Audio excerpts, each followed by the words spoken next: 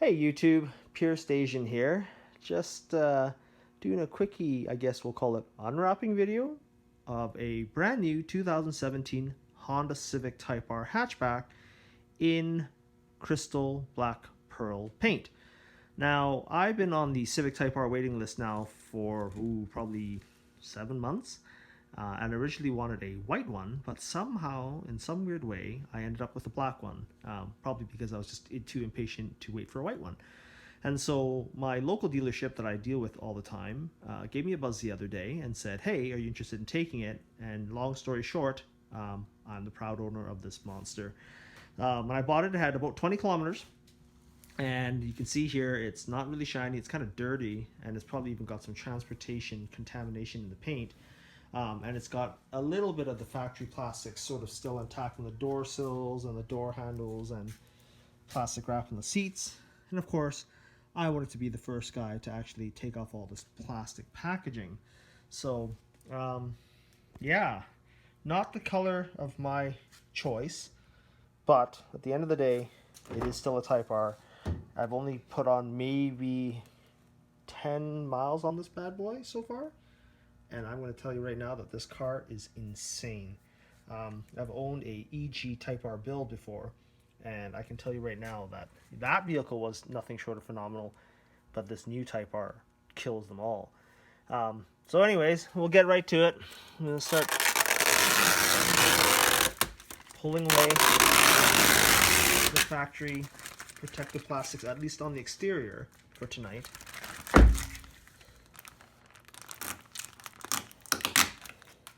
You can see it's even got like residue and dirt and crap on here, which I'm sure is probably not good to leave it on the car for too long.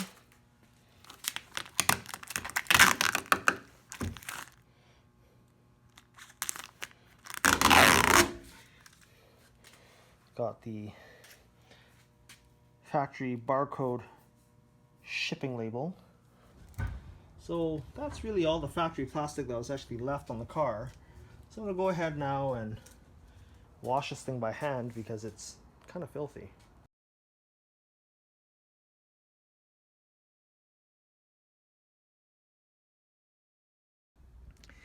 Okay guys, so last night you saw me sort of tear off whatever remaining shipping protection film that was on the car from the dealership, because I asked them to leave it as is, and I kind of gave it a two-step wash, and like all black cars, there's lots of little rub marks and what have you, even though the car's brand freaking new. So let's get this underway. Start pulling the plastic off. And it's kind of funny that I want to do this, but owning a Type R is a very special experience, and I wanted to be the first to do it. I'll take that off. I might leave this plastic on the bottom for now, because that actually protects the sill plate. And stuff like this on the door panel. Even the grab handle, I might not just take that off yet.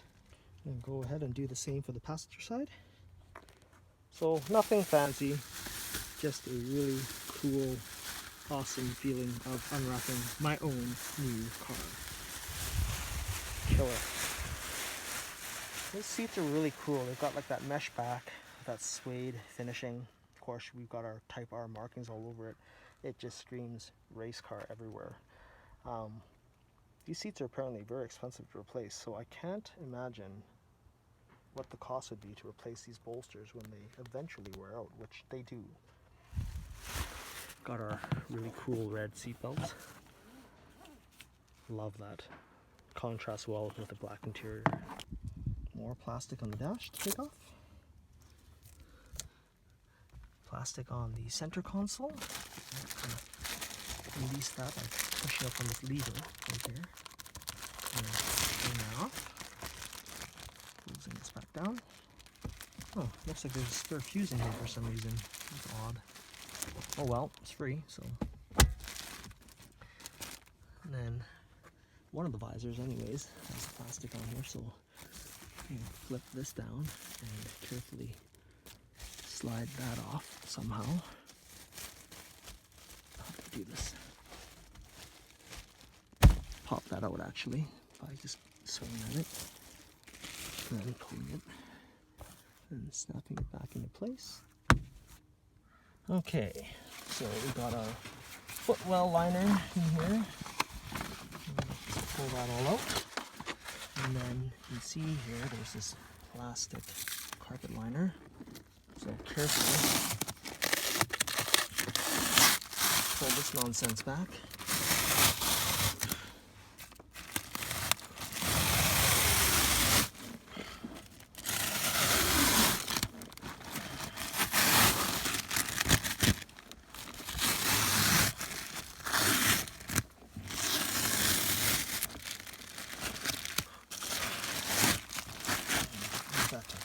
Pick up any soil and dirt. I'll give that a quick vacuum maybe later. More paper liners in the back seat, as well as the front passenger seat. Okay guys, so now that I've cleaned out the unnecessary shipping plastic and removed the paper liners and sort of gave the inside a quick vacuum because it's actually almost spotless, that we're going to go ahead and install the genuine Honda all-weather tall wall series mats in place of the factory Type R ones, which I don't want to ruin because they look really cool with that black and red stitching. Honda part number 08P17-TBA-300. These are the same floor mats used in all the current Civics, or at least for sure the hatchback editions. And they are the tall wall ones to capture and hold more water in. This one being the driver's side, and of course the passenger side and the rears.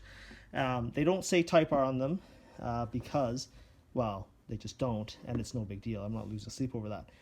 One thing, however, the mats, by the way, are very well made, but one thing that really pees me off about all these factory fit mats is that the dead pedal in the driver's side is right there, and this liner doesn't cover it. So thankfully this car will never be driven in the winter or hopefully in the rain.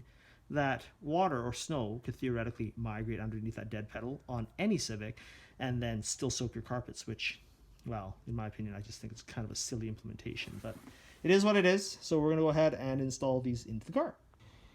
Okay, so let's go ahead and figure out what side goes where. I'm going to assume that one of these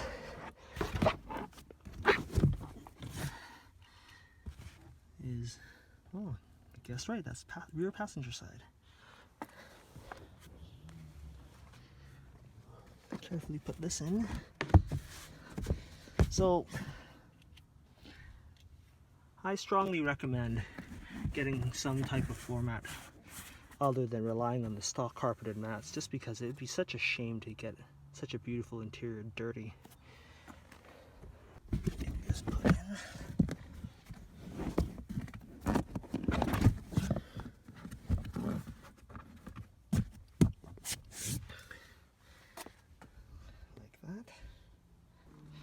We've got our front driver's mat. And you'll notice here that on the floor there are these sort of carpet hooks. So when you're using the all-weather mats, you're not actually supposed to put the carpeted ones in. The idea here is you drop them over these pegs like so. And then you're supposed to give them a twist to lock them in place. And that's so that the mat doesn't slide around and jam your gas or brake pedal, if that's even possible.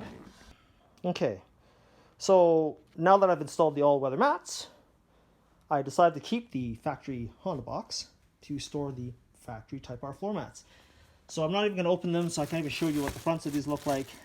Part number 83600-TGH-A010M1, made in Poland. You know, the Type R has such fine details that even the floor mats that they put in, I was told, is lighter. And I believe that was true on previous Type Rs as well. And, of course, the included hardware kit for the front license plate holder, which, at least in my province, isn't required. So I'm just going to toss that in here for keepsake. So I'm going to tape that box back up, tuck that away somewhere for permanent storage. So when I ever resell the car, that, hey, I can say it's still new in package. So to install our rear trunk lining tray, just gotta make sure your hatch, of course, is empty. And then we're gonna take our Civic hatchback tray, which is part number 08U45TGH-100, and take it out of its protective plastic bag, which is straightforward. And we're just going to slide this trunk tray in. So to install our rear trunk lining tray, just gotta make sure your hatch, of course, is empty. And then we're going to take our Civic hatchback tray, which is part number 08U45TGH-100, and take it out of its protective plastic bag, which is straightforward. And we're just going to slide this trunk tray in. But before doing so, I'm just going to point out a strange problem that Honda has with this mat. It was supposedly designed for the Type R. It's even labeled as such for the Type R. But yet, oddly, the trunk tray doesn't actually fit. Honda never actually gave an explanation why. And the reason why it doesn't fit is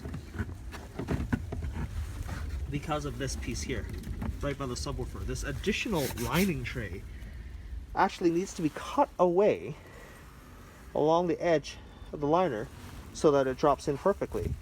So what I'm going to do is I'm going to get a really sharp pair of scissors so that I get a nice clean cut, and I'm just going to trim this little piece off so that it drops right in. And I basically cut off this side piece that once was attached to the tray. And I think this is actually for the non-touring models. But that doesn't make any sense because it says Type R, so you would logically think that they knew that there was a subwoofer that was in the way. Anyway, it was easy to cut this with a sharp pair of scissors. And of course, it's a tiny bit rough, so I'm just going to clean up the edges a little bit using just a basic sanding block and then wiping things clean. Okay, so perfect fit, you see? See, well, I don't know what the hell Honda was thinking. Maybe they just created a universal model to fit everything. But the back of the hatch has this hump, and so that tray, or this tray, is molded as such. So that's kind of a nice touch. Just wish I didn't have to do the cutting myself, because I can never cut it perfectly.